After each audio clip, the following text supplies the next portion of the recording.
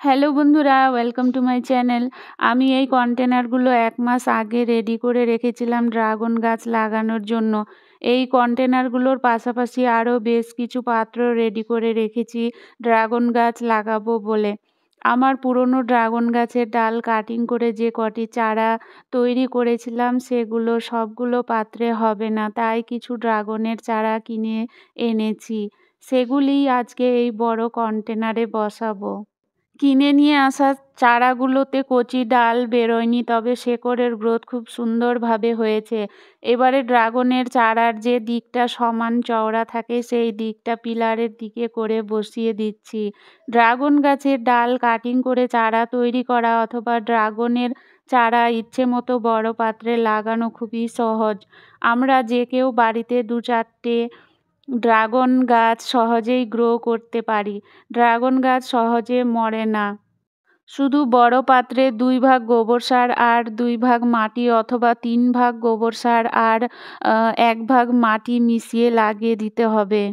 আর অন্য কোনো ফার্টিলাইজার না দিলেও হবে। গোবর সারই যথেষ্ট ড্রাগন গাছের ভালোভাবে গ্রো হওয়ার জন্য। তবে হ্যাঁ, ড্রাগন গাছে জলটা একটু বুঝে শুনে দিতে হয়। ড্রাগন গাছের গোড়ার মাটি শুকিয়ে গেলে তবেই জল দিতে হয়। ড্রাগন গাছের গোড়ায় জল জমে থাকলে ড্রাগন গাছের গোড়া পচে যাওয়ার চান্স থাকে। আমি এইভাবেই ড্রাগন গাছ লাগিয়ে সফল হয়েছি, তাই ভাবলাম পুরো ছাদে ড্রাগন গাছ লাগাবো, যাতে বাচ্চারা মন ভরে 100% অর্গ্যানিক ড্রাগন ফল খেতে পারে। এই কন্টেনারগুলো আমি কিভাবে রেডি করেছি তার ভিডিও আমার চ্যানেলে দেওয়া আছে, চাইলে দেখে নিতে পারেন। এবং প্লিজ চ্যানেলটিকে সাবস্ক্রাইব করে পাশে থাকবেন। সবগুলো কন্টেনারে ড্রাগনের চারা লাগানো কমপ্লিট হয়ে গেছে। আমি একটি কন্টেনারে 4টি করে চারা লাগালাম।